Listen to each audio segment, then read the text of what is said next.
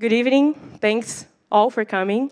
My name is Giovanna, but everyone calls me Gio. I'm responsible for marketing here at campus, and I'm here today on behalf of the entire campus team to welcome you to another event of the Campus Expert Summit, which by that time you may already know that it's a 2-week event that we are doing, and we're hosting 16 Googlers from all over the world to help startups grow. So by mentoring, by networking and everything. So it's been really interesting to see everything we've done so far, and we can't wait to see what's next. So thank you all for coming. So today is our 4th event of the series. This is a startup school. Worth noting that all of the startup school events are being recorded so that you can, if a friend asks you, like, can I have access to this content, you can just tell them that they can go to our YouTube channel, which is youtube.com/campus, okay? The Campus Presents events are usually being live streamed, so that's just a little bit different. But anyway, they will end up all going to our channel as well. So, what really matters here today is our presenter, right? So you're gonna hear today from Benjamin Barnaton. Benjamin is a half Italian, half French, who's been based in Dublin for how long? 4 years. So since he joined Google 4 years ago, he's been based in Dublin, and he's a business development consultant at Google. And, well, a few things that I could say about you. So he supports, he's really crazy about Brazil. This is the 3rd time he's here in Brazil. Wow, right? So I am really proud when I hear that a foreigner likes Brazil that much, just like we do, just like we love. But he supports Flamengo. Yeah. I told him that while he's here in São Paulo, he has to support Corinthians, of course, right? Okay. But so Benjamin has already been an entrepreneur himself, which is really interesting because being at Google for 4 years, he's able to bring the best of both worlds to this stage tonight. So he's going to talk to you about how Google can help you throughout the entire entrepreneur journey. So I can't wait to see what he has to tell us. Without further ado, please join me in welcoming to this stage Benjamin Barnaton.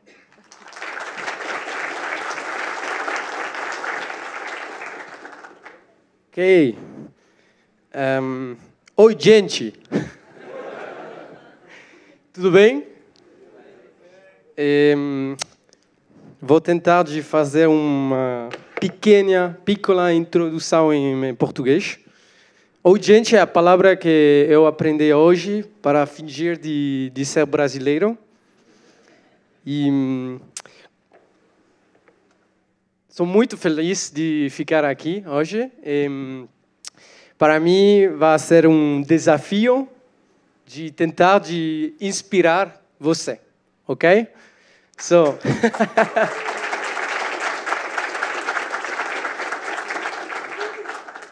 agora vou trocar em inglês. Huh? You see, I even put the. By the way, I had such a journey to find the A on my computer. You have no idea. It took me like 15 minutes. So if anyone wants to create a startup that actually helps people like me finding those characters, it's a good idea. So guys, I'm really happy to be here today. So my name is Benjamin. In French, it goes like Benjamin. And just to add something on the little introduction, I'm actually a fan of Paris Saint-Germain and not Flamengo. So my real team is Paris Saint-Germain. And with no transition, as you can see here, this is my team at Google. For some of you, you have already seen this slide in my other presentation. So it's a really small and happy team, as you can see. We're like 12 people. We all work in Dublin. And our job, my job into this team is to actually onboard new advertiser for Google, especially for the French market. So it's a business development job where I basically hang out a lot with CMO and digital people to advise them on their digital strategy. So just to give you a bit of feedback about myself, so as we said before, I had this opportunity to create a startup before Google for 3 years, while I was student and also after that. So it's called, I say it was, but it still exists actually. It's called Ccube.com. So it's an online recruitment platform for students in France. And it's still working. We have a bunch of employees and the business is running. And as we say today, like I joined Google after, and I think what is great is that I was able to actually see very different sales method, really different kind of like approach and mindset as well. And today I really want to try to help you frame the startup journey together and see how basically with all this experience that I had, my little experience, how can I help you using and leverage the Google tools. So yeah, basically those are like a bunch of startups I had the chance to work with at Google. So as you can see, they're like, some of them are not startup anymore, but what you have to know is I actually met them when they were very early stage. Happen, have you ever heard about Happen? I see a lot of single people in the audience. So Happen, I met them like basically early stage when they just created the app, and we worked on how to promote the download of the application, etc. And others that you might not know on the list. But basically what I want to do with you today is really trying to be super pragmatic, because I know that at Google it's a bit easy. We have a really cool business model. It's kind of easy to sell, and I want to actually go back to the roots and help you. So just to, not to brag about myself, but just to show you a little video of the kind of work I've been doing with startups, I want to show you this little 3 minutes video where you're gonna be able to see like what kind of strategy and we put in place with startups. So let's go for this video.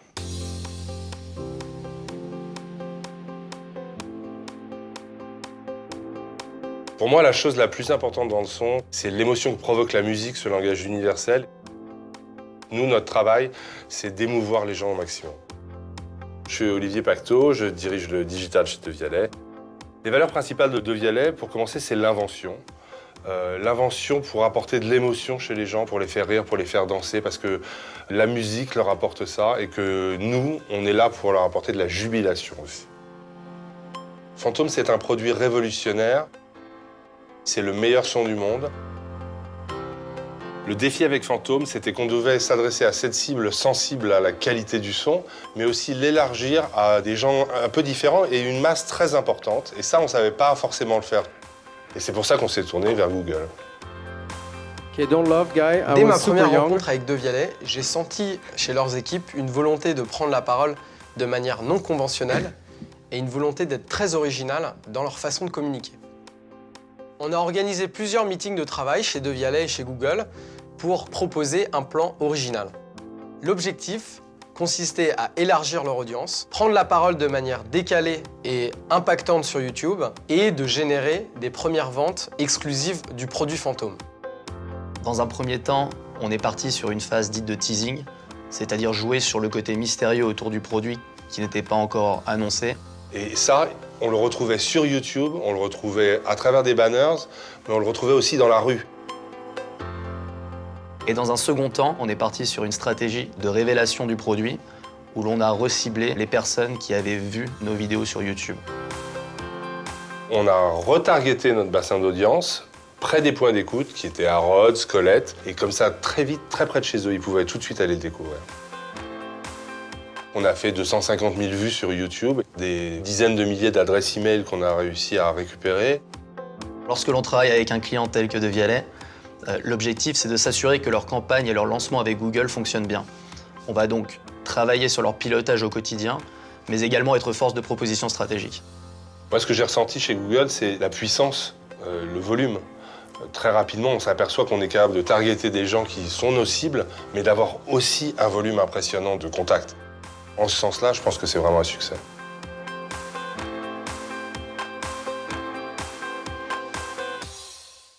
Okay, so you're going to see, I will try to use this example throughout the presentation. So Phantom was a really high-end technology product, like sound system. And our objective was actually to find a really niche target on the digital. And if you go in and read the press today, they're actually really big. So this was, as you can see, I was on the video. I didn't have the same face, so it was like 2.5 years ago. And they haven't raised, they didn't raise yet like some funds. Today they're distributed in all the Apple Store. And I wanted to just use this case to show you the kind of framework we've been through, even with customers like De Vialet. So just to give you a bit of also, I would say, food for thought on some concepts that are very important. I know like you guys must be obsessed. I'm already working with some startups here in the Campus Expert Summit about the product market fit. But product market fit, you're going to see, I'm going to keep talking about this throughout the presentation. It's actually the key when you work also with Google. And we tend to see that people don't have the same definition of product market fit. But product market fit is when this wonderful moment when basically your product meet the market and actually people not only, I would say, talk about your product, but buy it and actually refer it to other people. And the definition of a startup, it's an entity that is designed to die until it finds its product market fit, right? So I'm going to talk a lot about this on how do we actually, as a startupper, we need to own the segment and make sure we own it as fast as possible. The second point is about failure, fail fast, fail often. I try to always talk about this with the startup I had the chance to work with, but it's also a question of mindset. Finding this product market fit is also being able to accept that at some point you might not meet your target, you might fail, and you have to fail over and over until you actually get to that point. And this goes with the point of vision and consistency, like what we tend to see at Google, because in the last 4 years, I think I had the chance to work with at least more than 50 startups. The difficulty is to be able to both actually be lean in a way that you can accept like failure and to go from scratch again, but also to be extremely to be able to anticipate any potential growth with the good infrastructure to be able to scale really rapidly. And what we see at Google is that people like startups that think 2 steps ahead. So that means they have already thought about expansion, export, like from day one, they actually succeed faster. Okay? So today the idea is to really trying to formalize to, I'm going to try to show empathy with you guys about like what it is to grow a startup and how Google can actually be there as a I would say, as one of your partner to be used at the right moment.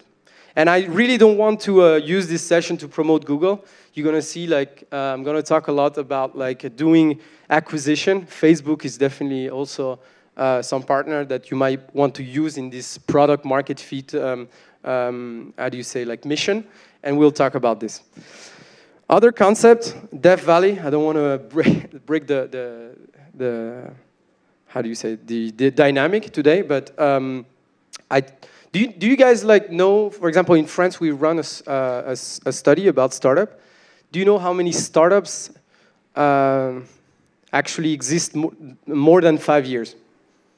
How many startups do you think are able to pass that fifth year bar? 5%? It's actually 30%, so it's not that bad. It's not that bad. But the idea and the Death Valley is trying to understand how we're gonna be equipped, because how we're gonna be equipped as fast as possible to increase the likelihood that you guys are not gonna die, you know? And we're gonna see that. So the journey just a framework, but really rapidly from launch to export.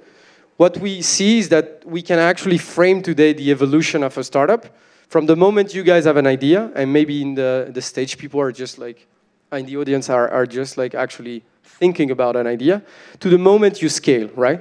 And you see that the product evolve in parallel with actually the team and the number of clients.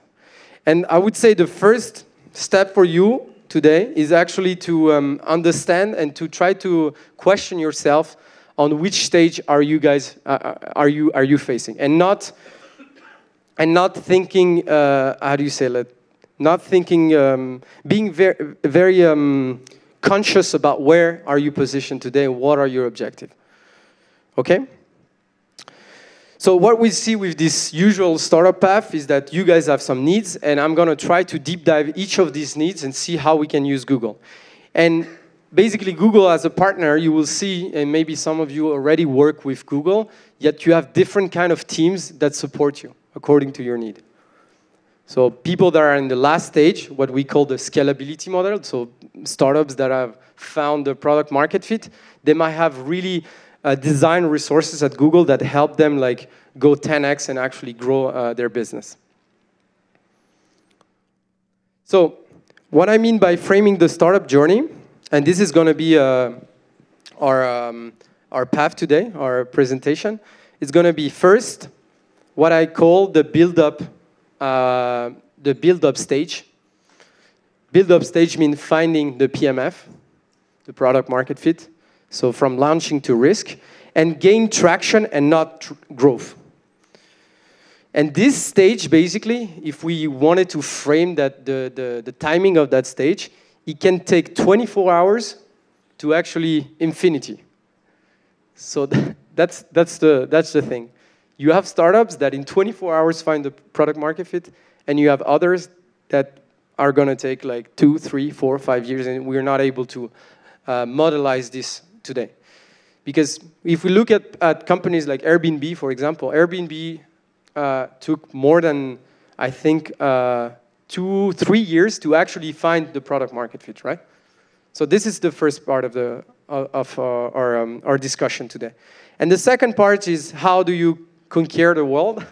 But actually, apologize me, but we're going to just see a little introduction on how to conquer the world, because I don't know myself how to do that, but on how you can actually expand markets and grow exponentially with Google with, for example, like export tools that we have at Google. Okay? So are you okay with this presentation? Is that meet your need? Okay, cool, happy. So build up stage, as you can see, 0 to infinite, right? 0 could be 24 hours, huh? So let's deep dive this together. So finding your product market fit can be summarized in 3 stages. Understanding, launching, and optimizing. I try to frame, again, like the path according to what I've seen over the years, but this doesn't mean it's the right strategy, huh? This is my vision of what I've seen so far. And if you guys have another way of attacking the market, please go your way, okay? So understanding, and we're gonna see, you tell me if I'm wrong, but the question that you guys ask yourself is, can I do easily online acquisition? Who are my current customer? That's the kind of question you should ask yourself. And I know we are talking about this with a lot of startups here. And how do I prepare my first activations, right? Either with Google or other competitor. And then you progress, and we'll see that. Okay, so let's go first to the understanding session. So this is the company you see here. Does anyone ever heard about Frishti with a French pronunciation? Frishti? No? No one? Okay. So Frishti. Frishtio. So Frishtio is some kind of like Deliveroo startups, which basically delivers you to your place like any kind of a specific set of food, of fresh, healthy food, directly to your home. The specificity of Frishtio is that it's actually they have their own like production capacity. So not like Deliveroo that actually goes and delivers you meals from other partner. They have their own capacity.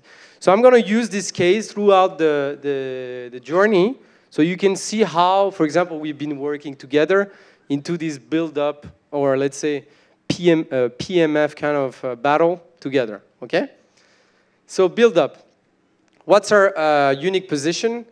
We're going to help you finding, I should change this slide actually, finding your business model, define your cost per acquisition, and obviously help you find and understand your first client, okay?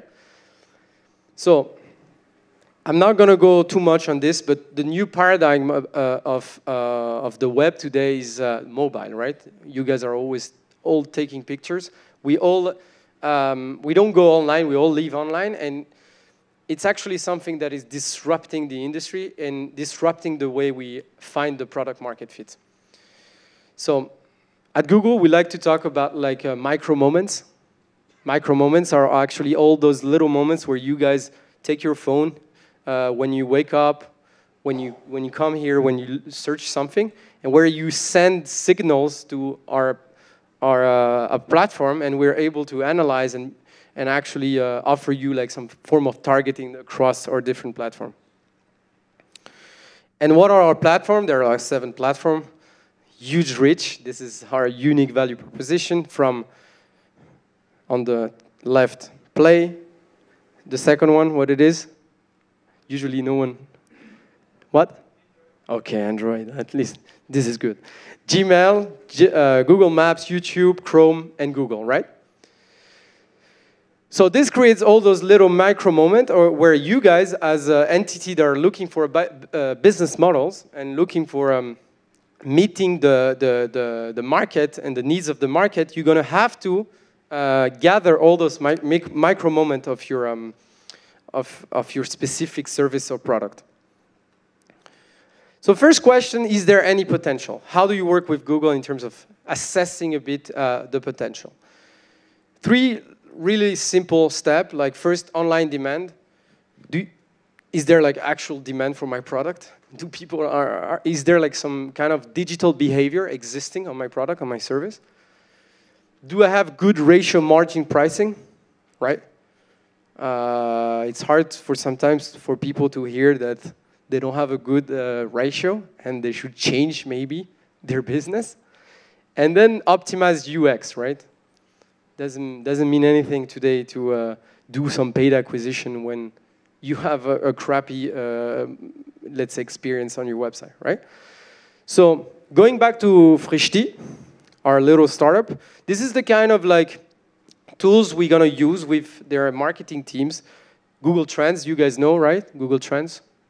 Google Trends, for those who don't know, it's actually a free platform where you can analyze the evolution of queries, seasonality, also benchmark yourself against competition, and also see geographically where the demand is coming. This is the kind of like work we've been starting to do, like how they're performing against competition and how they were growing. You see that the moment they start growing is actually the moment they start working with Google. Sorry for the advertisement, but this is actually true. Sizing the business opportunity is also using Keyword Planner. This is a tool that you have within inside AdWords. And working with Google, we have access. We have internal tools that allow you to size the market. In this case, when we met them, we told them how many queries were existing around meal delivery in Paris, and how much of those queries were on mobile. So those are like key. Sometimes people tend to jump too fast, but having a bit of a strategic approach is important to actually assess the market and what are the key success factor for you in growing your business, okay? Brand queries as well. Since they started with production capacity in Paris, it was important to understand how they were performing in queries in Paris. And optimize UX. So we've been working a lot with them to offer a really, relevant and unified experience between devices. And because at the beginning when they came, they really had like super cool at desktop, like, how do you say, desktop experience. But on mobile, like nothing was working. There were some pop-up for the buying that was really crappy. And they were convinced that actually that people were only buying on desktop. So that was part also of changing the mindset for us. So then the second stage is understanding a bit about the audience, right? Who is my audience? How do I prepare my first activation? And sometimes this is actually the time where you can maximize the impact. Understanding the audience, it's understanding it's part of this job of segmentation, right? Finding your segment, who is going to be the right person for my business, when I'm going to have to target this person, and what kind of content I should send to that person. And here we go with Google Analytics. So we have wonderful expert at the CES, and so I'm not going to talk too much about analytics because this is not my main skill set, but I will tell you as a growth hacker that you guys are, mastering analytics is very important. Understanding who is your current audience in terms of age, gender, and also in terms of affinity. Who here is using analytics and is extremely, okay. Okay, this is not so many people. So one key aspect of analytics, really going back to your journey of startup or like looking for a business model, what is the key information that you want to select in analytics is actually the affinity profiles of your audience. What are the affinity profile of your audience? That means it's a snapshot of who are the people who go to your website and what kind of other interests they have on the web. When I talk to you about the micro moments, the fact that people send a lot of signals, and Google, we're able to capture those moments.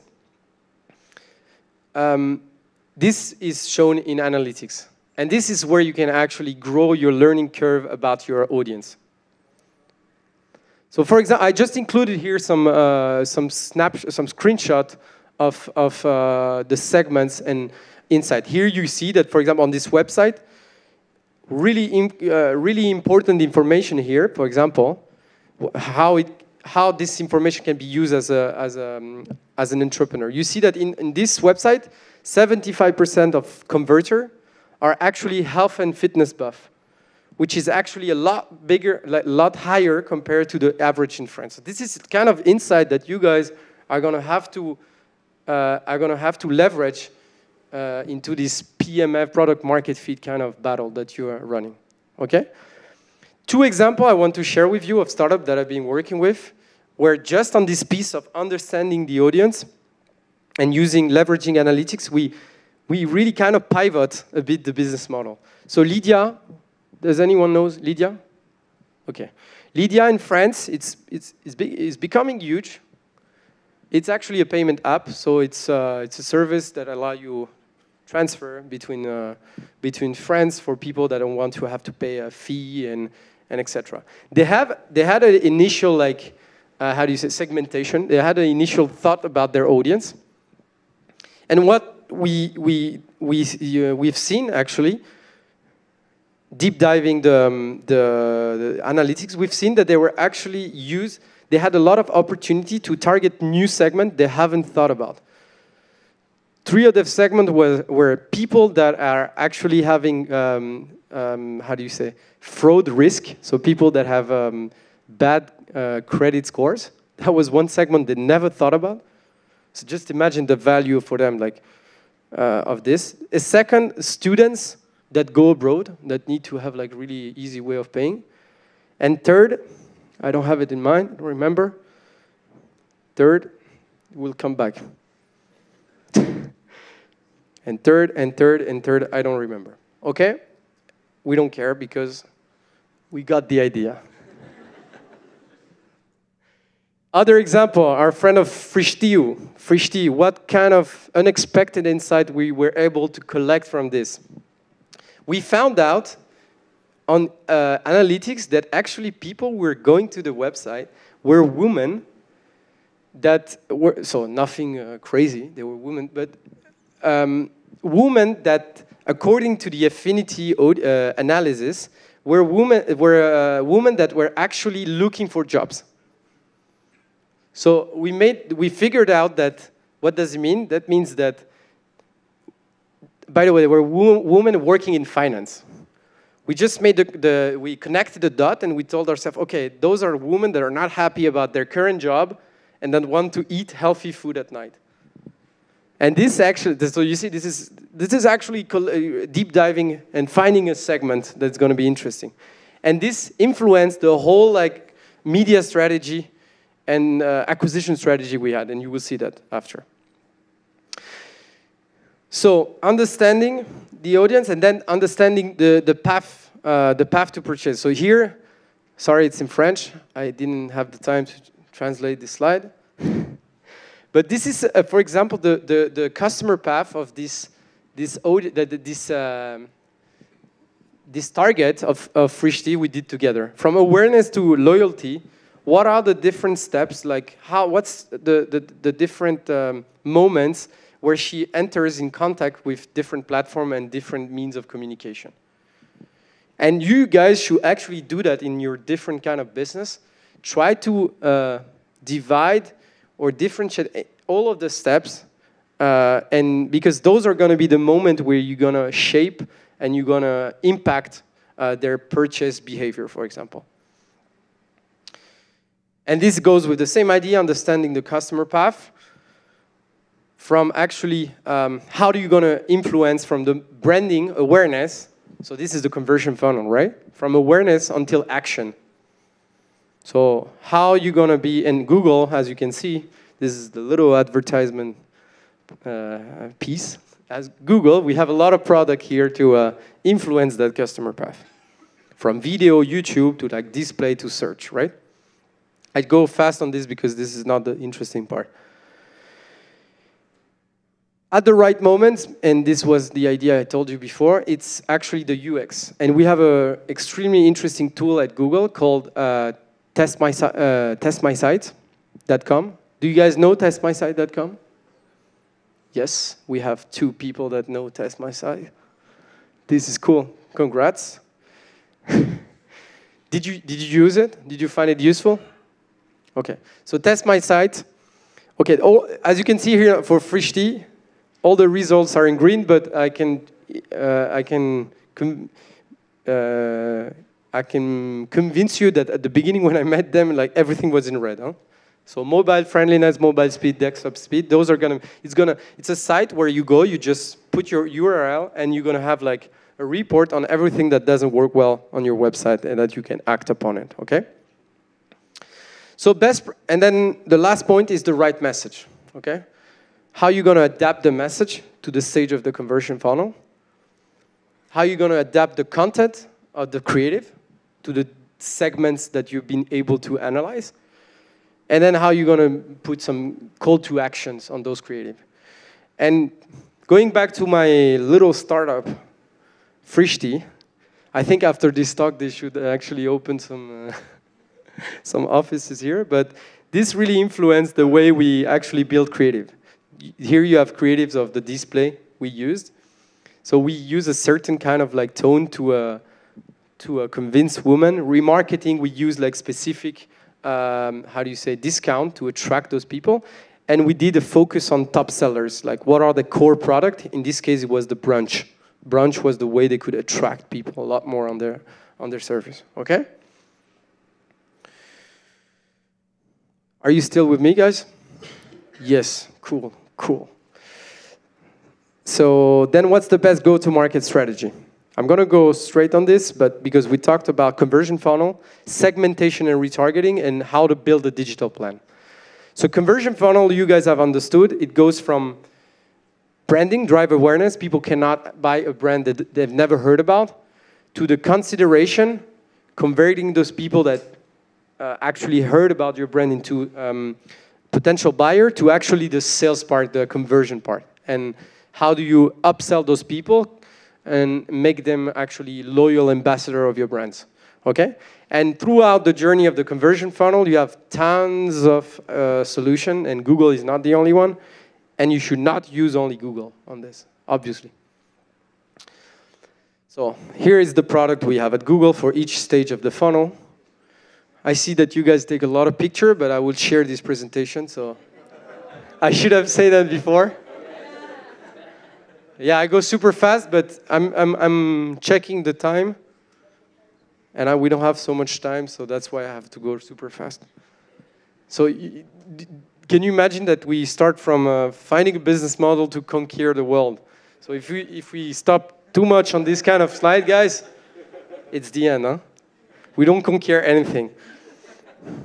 So conversion funnel, we got it, and when you're going to activate, what's going to be interesting is how you're going to segment it and how you're going to use retargeting. And I told you at the beginning of this presentation, I wanted to be like super pragmatic, so that's why I'm going to go back to my little startup that is not little anymore, but talking to you about a specific case study on how we create traction, how we find our niche target, okay? So De Vialet, what we did back in the day was like their brief you've seen on the video was to how do I find this niche target. So how do you work with Google? And how do you activate like a digital strategy? Their idea and my idea, our idea, was to actually divide our strategy in 3 steps. One step was actually create some form of demand and create some form of teasing.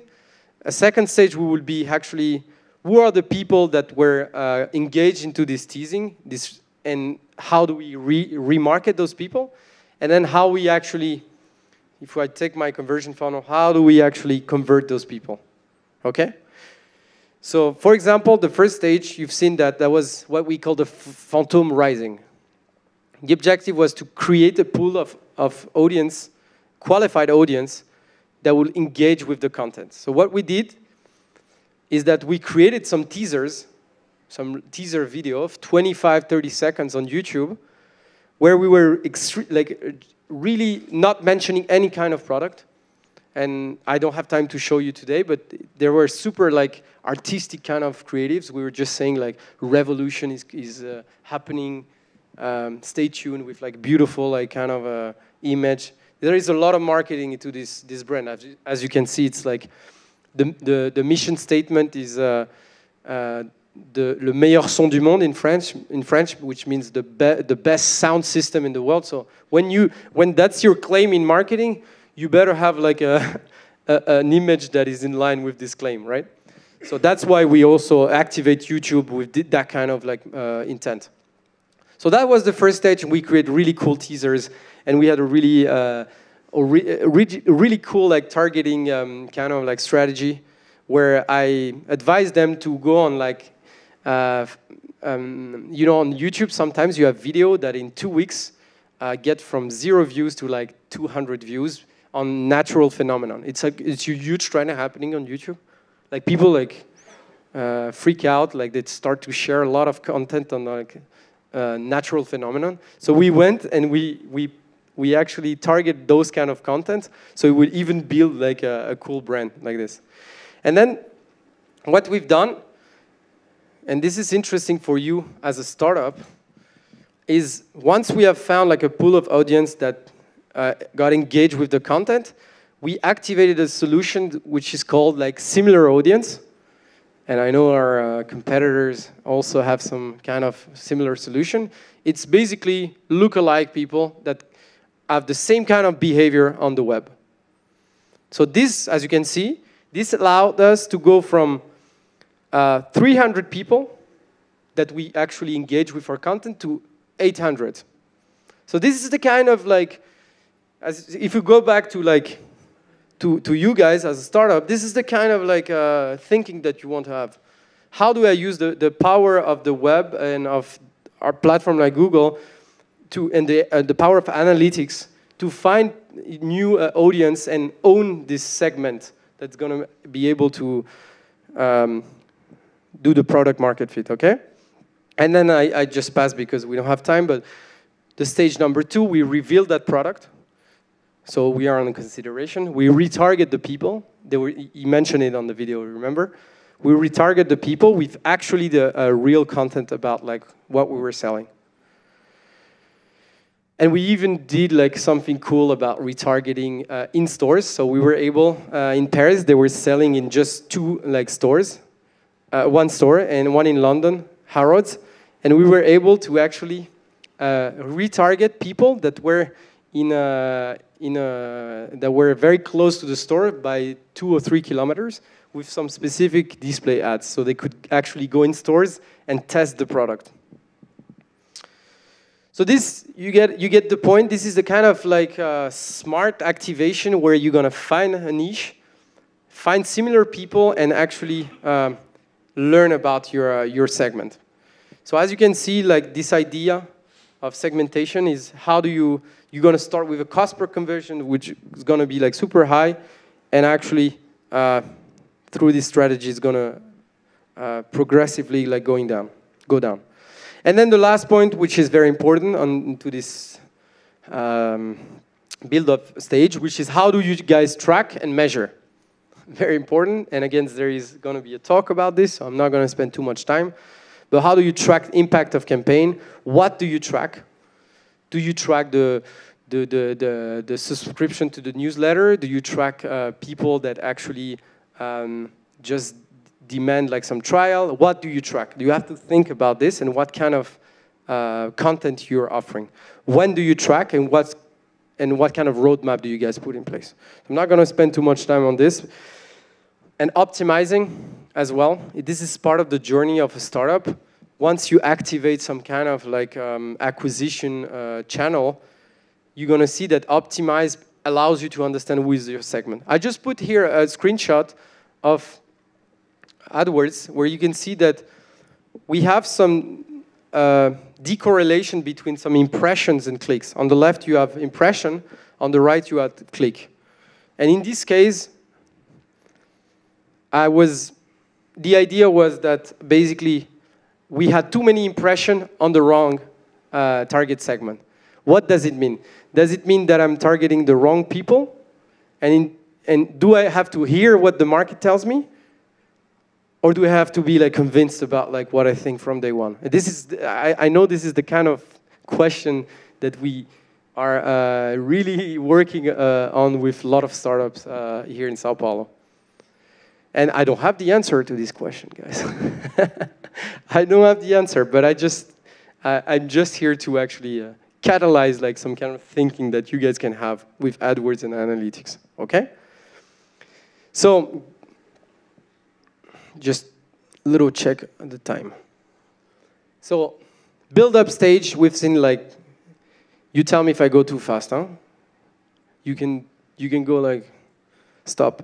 But best practice build-up stage, first understanding the customer, analytics in terms of Google tool, what you guys should use on a daily basis, analytics, trends, keyword planner when you guys are assessing the market, remarketing list, path to purchase, really do that exercise, understanding how you're, even in B2B, guys, I know I use like an example of B2C, but do that with B2B. How is the SMB buyer actually, what's the process to research? What kind of, does he consider product today? How can I influence? What are the point of contact I can have with those SMBs today, et cetera, et cetera. And then obviously, the mobile friendliness and readiness of your asset, okay? I keep saying okay, sorry. This is very French. Okay. So understanding your customer. Second one, run first campaign.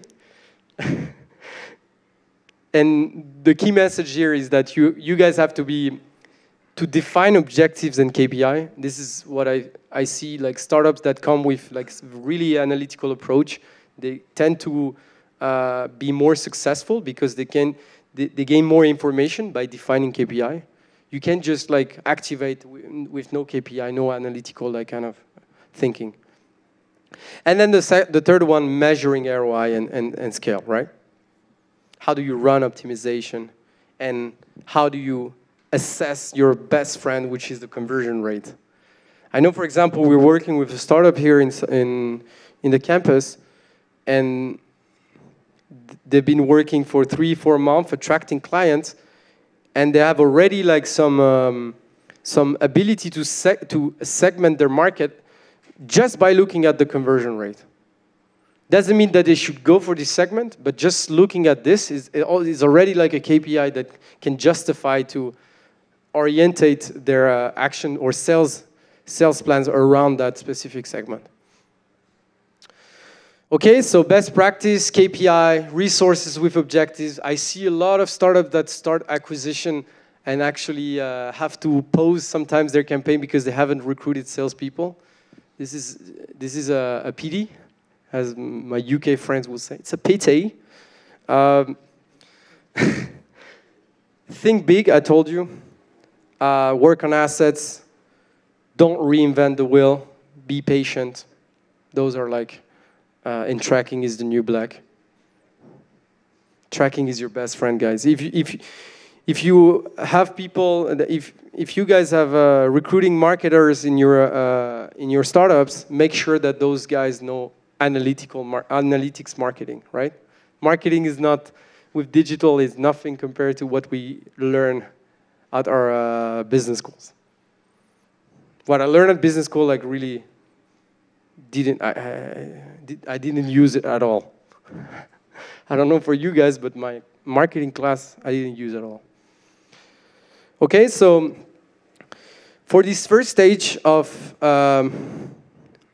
build-up, do you guys know this dude? Do you guys know this guy? It looks like a painting, yeah?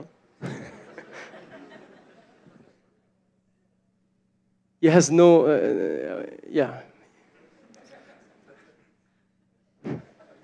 It's a weird picture, huh? I was actually, I just typed his name on Google Image and I found this one and I said, okay, this is going to be the moment where people are going to stop and just look at it.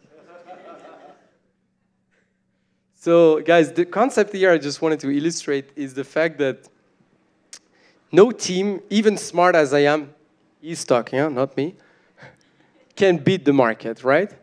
So we hear too much entrepreneurs going like, we have to educate the market. We need to educate the market. Doesn't mean anything, guys, to educate the market. The market is going to educate you, actually, right? So my market is not ready. No, you guys are not ready. So you have to... product market fit is also, I would say, a humility kind of like game, where you guys have to adapt to what the market tells you and also and not like and change the product according to that, right? And this goes with the second statement I really like: fake it till you make it. Do you guys know this statement? Fake it till you make it. Yeah, it's pretty common now in entrepreneurship kind of school.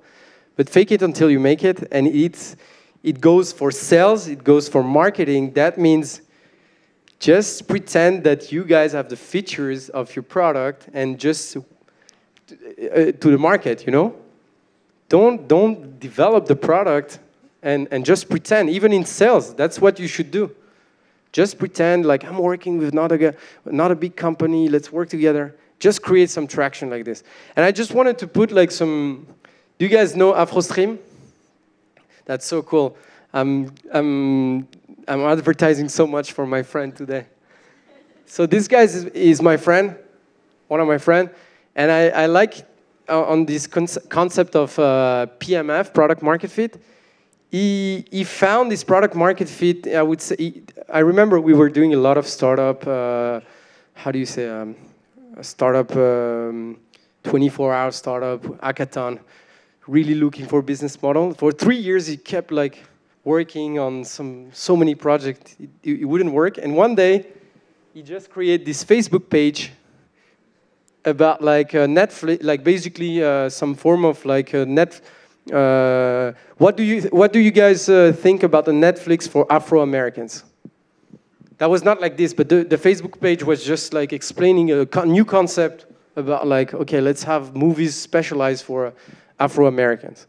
In 2 weeks, he had like 60,000 people like liking the Facebook page. So he found the product market fit in 2 weeks. Yeah, you got the idea. Okay, so that was the first part of our presentation, the build-up one that goes from 0 to infinite. And I hope you guys gonna also know when. And this is just a little advice. Define how long are you working as well on some project on this product market fit. Define some kind of roadmap, because then you keep like at some point you're gonna also hurt your health. But as you can see, the build-up stage can take like forever. And you have a lot of interesting tools at Google that can help you like ramp up faster into this stage. And then the second stage, it's the scale-up stage, which goes from the product market fit to the sky, because sky is the limit.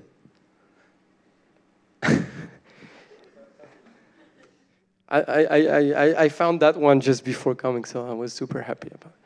And in this stage, I just want to talk briefly about like 2 startups I didn't have the chance to work with, because I'm working mostly with new advertisers. So, but 2 startups that really French startups that accelerated the model, and how they've been, what kind of framework they've been using with Google to accelerate their model. BlaBlaCar, do you guys know BlaBlaCar? You know that they're here in Brazil. And Mano Mano, I'm sure no one knows about Mano Mano. Okay, it's a gardening. How do you say in English? It's a marketplace for gardening tools. Let's put it like this. Okay, I would have never thought like this kind of business would work one day. But believe it or not, BlaBlaCar raised like 200 million worldwide.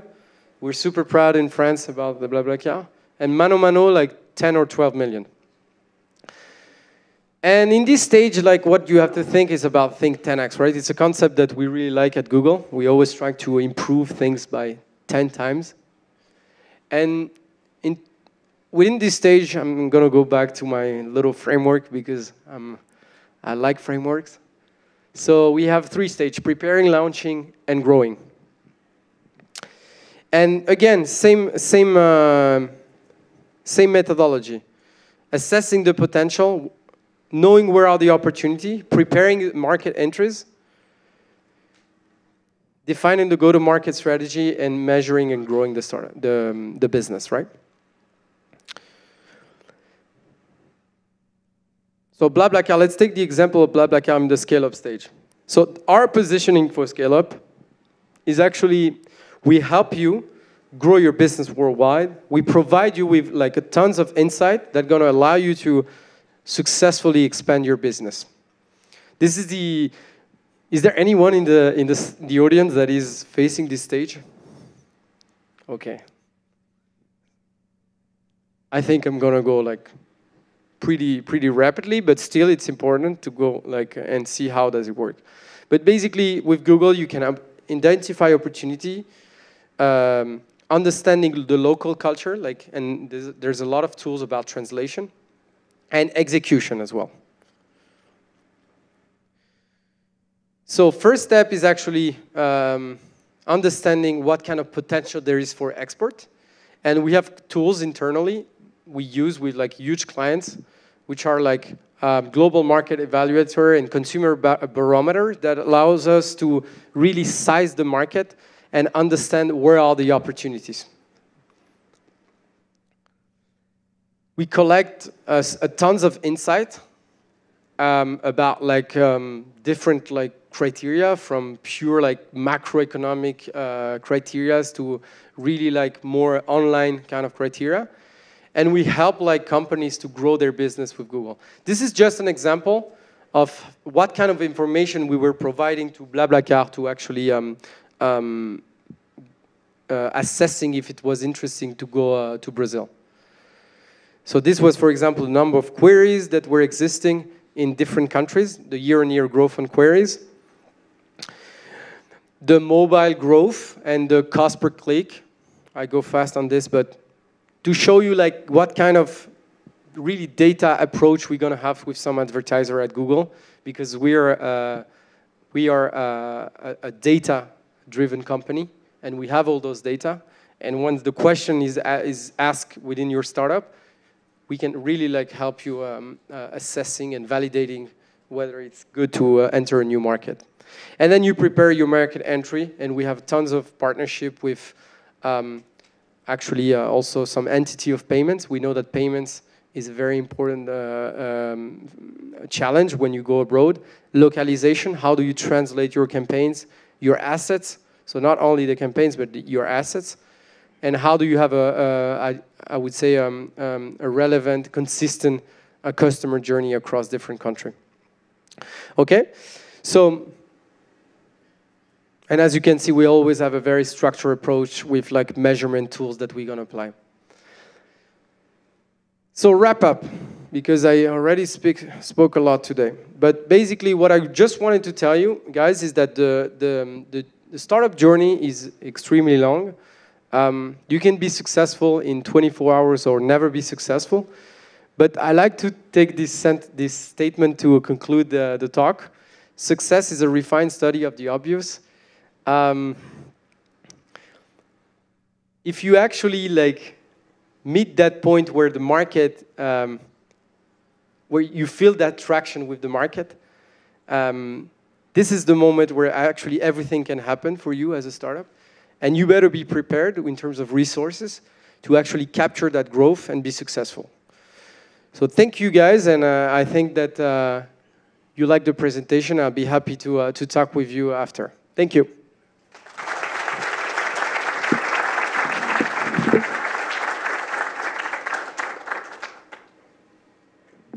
Do we have question?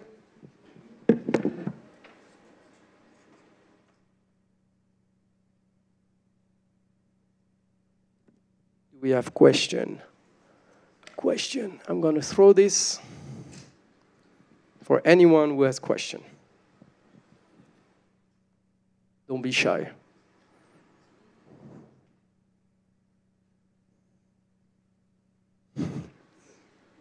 No? Ah, come on, guys. It was not that clear what everything I said. Ah, here we go. Wow.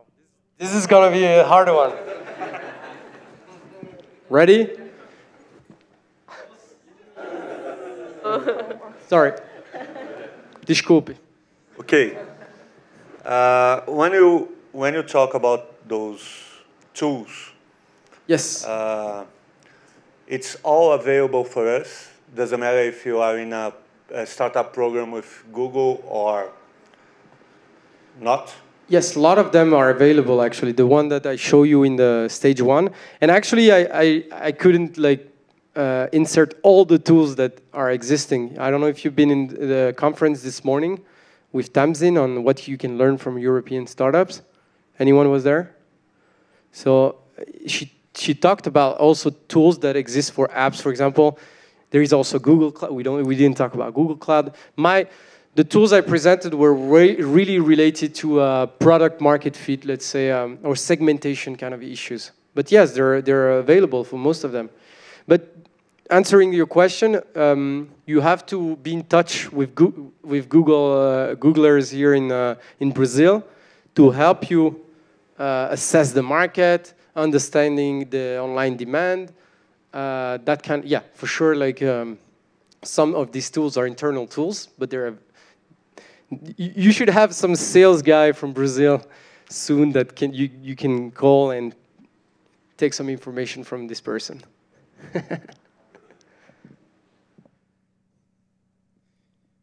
Any other question, guys? Yes. Ready? Be careful. Oh. You almost got there. You were super chill, but something bad could have happened.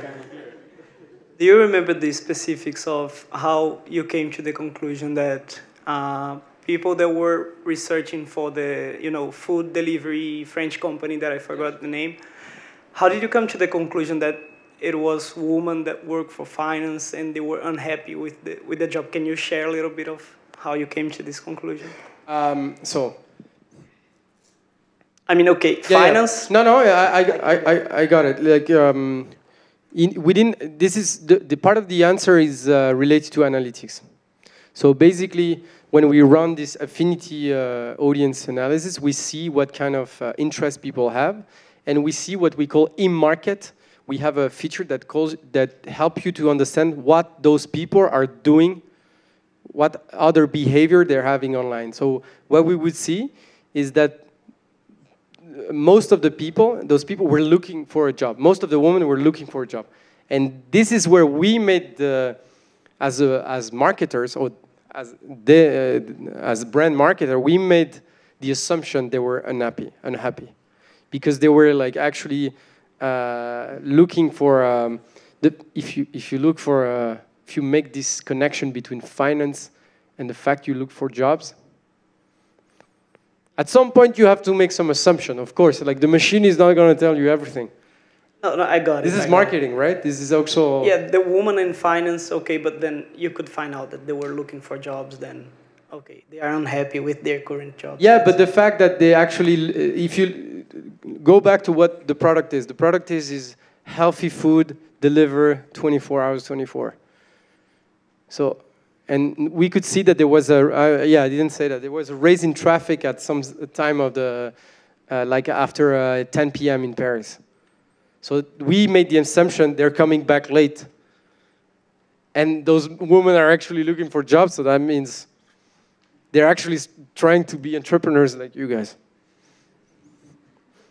But you see, this is the information. The idea is just to analyze the info in a dynamic way, you know, and help you finding those interesting segments in your business. Do you remember the third point? The third point?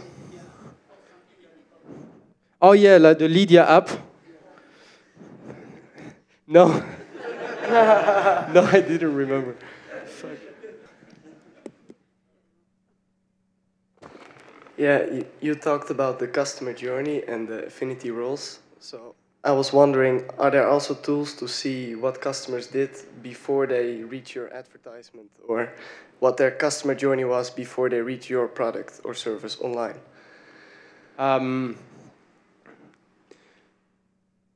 Those are like tools that are not with Google when you mean that.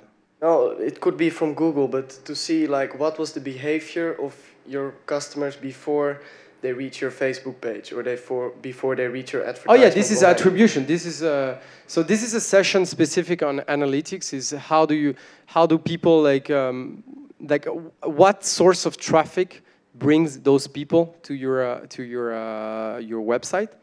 And are you familiar with analytics? So this is what you have to look at is attribution models, right? So to understand like and you have a bunch of different tools that allows you also to track what kind of like cross-device, how people like actually interact with your website across different devices, and what kind of source like they interact with. But if you're familiar with analytics, you should be able to specifically know what kind of website people look at. And come to the session about analytics that is tomorrow or next week. You have an expert, so she might be very skilled to answer those questions. Yeah. I think you have to throw.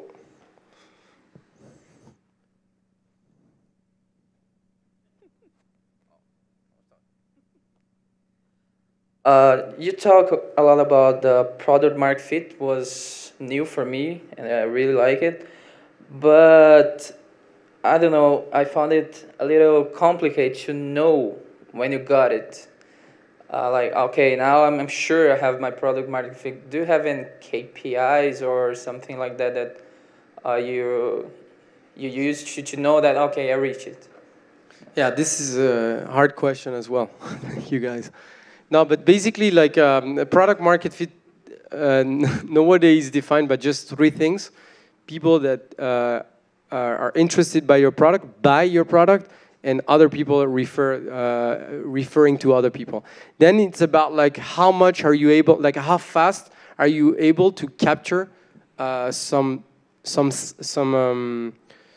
size of the segment.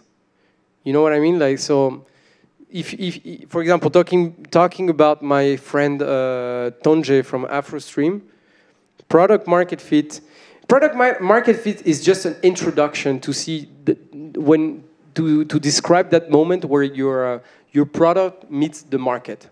It's not something. It's a dynamic kind of concept. But when you see that there is not one specific KPI for that, but you have to see some traction between those three elements.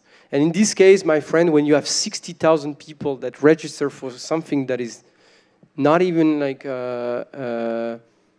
described, or there is no specific feature mentioned, this means you have something. And I took maybe an extreme example, but product market fit can be like small. It can be something that doesn't have to be like incredible from day one, right? It's something that you work on and you grow. I don't know if I answer your question.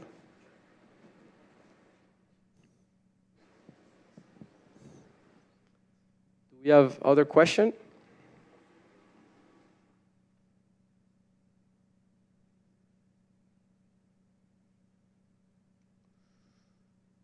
Nope. Anyone? Ah, I see. You know, when the more we insist, the more we find questions. Let me do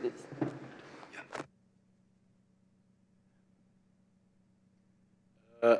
You explain about a simple procedure about the VLAD, the case of the media case, 3 steps on search and email marketing and YouTube. And what about remarketing? I infer that the VLAD is a breakthrough product, maybe involving Internet of Things. I don't know the product, and it's even easier to make advertising on this type of product. How do you remarket in other cases with more concurrency and so on? So just to understand the question, so you say how do you remarket in or retargeting for a person who a prospect who enter your site and go and drop out, and how do you? So yeah, so you want me to explain basically what is remarketing? Retargeting. Yeah, retargeting and remarketing is the same, huh? This is the same. So basically, remarketing when you have when you go on AdWords, you create some. On AdWords, you're going to be able to create what we call remarketing list. So that will allow you, the people that you capture, the people that click, for example, on your ad or watch the video, you're going to collect the cookies. Those are going to represent some cookies. So just think about like in terms of like you're buying. It's like buying a market study, right? You're buying cookies basically, and in AdWords we collect those cookies, and then you're going to say like we are able to retarget those specific cookies in the web. And I guess in your question there was a bit of how do I retarget in other verticals or in a product that are not super. There was in the slide you said it was stated that was first in France and then you applied for UK, right? Yes, we remarketed a few countries because basically we realized that people who were watching videos were coming from different like countries. And this, you're going to see that, of course, if you guys start your business, you're going to see that you might not have only people from Brazil, you must have people from the rest of Latin America, and you can retarget those people. But retargeting is interesting for any kind of verticals. Huh? B2B, it's a huge part of the investment of B2B in Google is in remarketing. because it is proven that people need to actually get a second shot to come back to your website. And you can use AdSense, DoubleClick, and other tools for this. Okay, but this is different. We're talking about acquisition. AdSense is about monetization. Is how do you make money once you have some audience coming to your website. There is the publisher part and the advertiser part. It's different.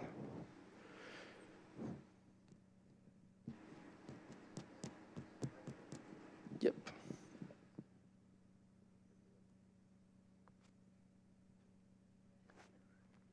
Hi.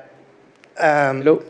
I got curious about your startup. Okay, can you tell us where do you put it in your steps, and how are you acting right now about SIGTube? About my startup? Yes. Okay. So basically, I don't do any kind of AdWords or any kind of Facebook. I don't do any online acquisition. No, this is true. You know why? Because actually, in my case, we are addressing a niche segment, which is the segment of graduate and internship, and the amount of companies, our segmentation of companies, we already have it. We have a very like outbound sales kind of like approach. We cover the market like this, and we worked more on our branding, on partnerships with schools, etc., to attract like customers. So I didn't need like AdWords in my case. Obviously I run some tests, guys. This is part of how do you say of conclusion. But today I don't need that tool to actually grow my business. Doesn't mean that I'm scalable. I didn't say that, but I'm not super scalable. I'm not like otherwise I would be on a boat and I would be super rich. But you see what I mean. Like our business is growing, but it's not yet a scalable like a business. But we are happy. You know that you can be happy with a business that is not scalable, guys. Like scalability, I know everybody look for scalability, but sometimes you can, like we have a good growth, like we have a 10-15% growth per year, and we're super happy. We have 11 employees. We're happy. you can be super happy without scalability.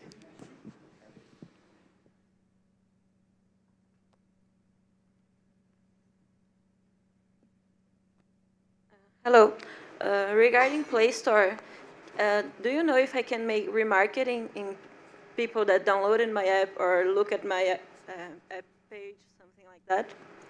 Yes. Yes? You can do give that. some tip? You want me to say, okay. Yes. Thank you. So what you're talking about is you have a lot of different type of remarketing. You have remarketing that you can make on the search. So we are able, for example, on Search Mobile, we are able to see people that downloaded your app. We can do remarketing for people that haven't been using your app since a certain time. Okay? So this is very interesting because it allows you to bring back those people. You can segment people that are like inactive and re-segmented. And then you also have AdMob, right? AdMob is the display within the app, all the apps that are partners with Google, and we are able to retarget as well people on AdMob. But this, if you are interested into that, we have a lot of text resources that explain exactly. But yeah, definitely you have that because. Yeah.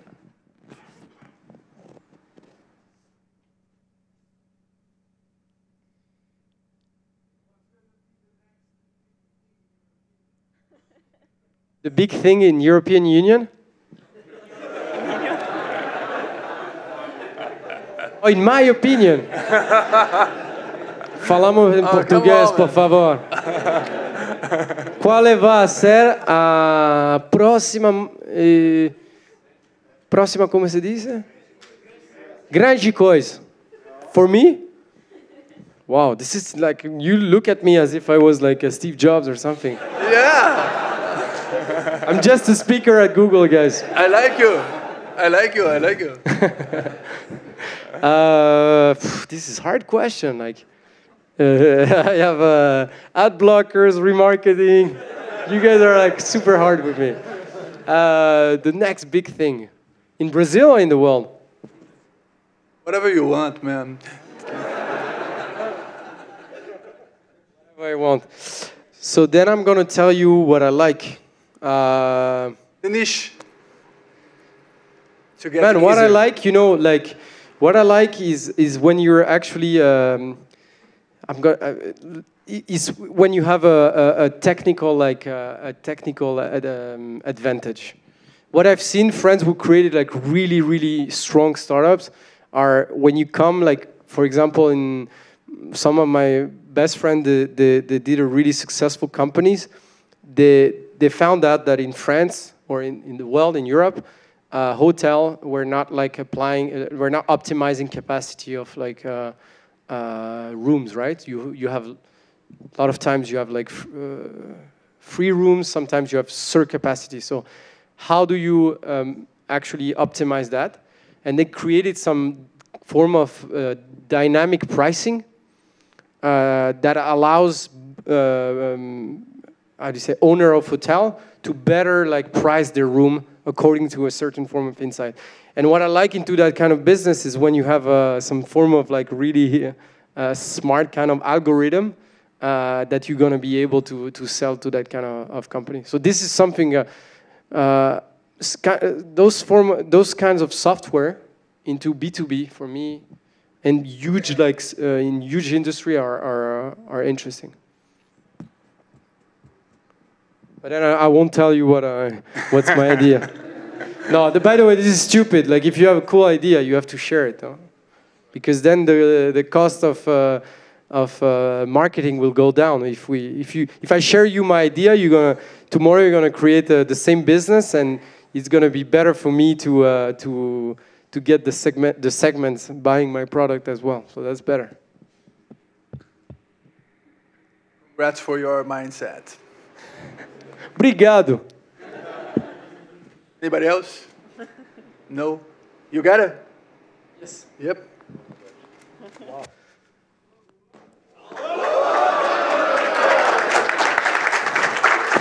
Thank you.